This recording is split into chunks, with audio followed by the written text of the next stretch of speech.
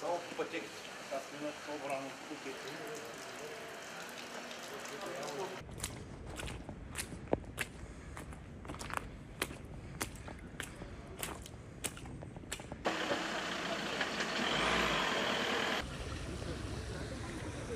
Ами не знам.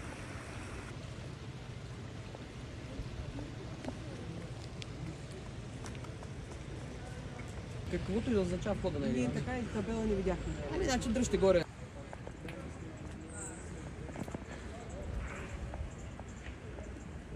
Можем да потвърдим за трите жертви съболезнования към близките и роднините на хората, които загубиха живота си при това природно бедствие, което, както видяхте, от планината се е свлякла и земна маса, и дървесна маса, всичко е отишло на плажа.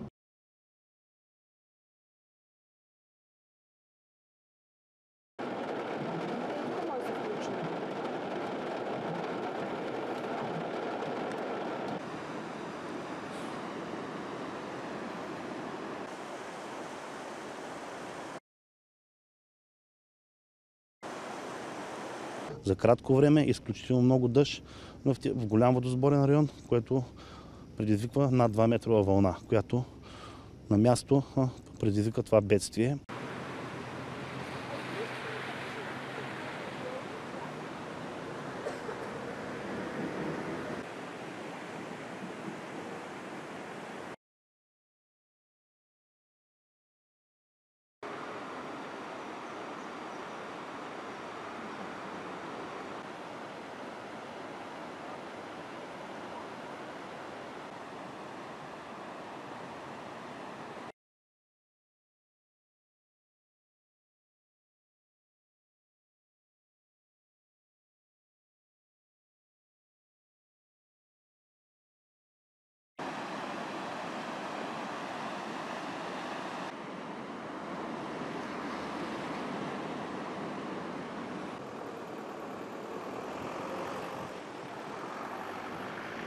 If you like this video, then like, share and subscribe to Mirror Now.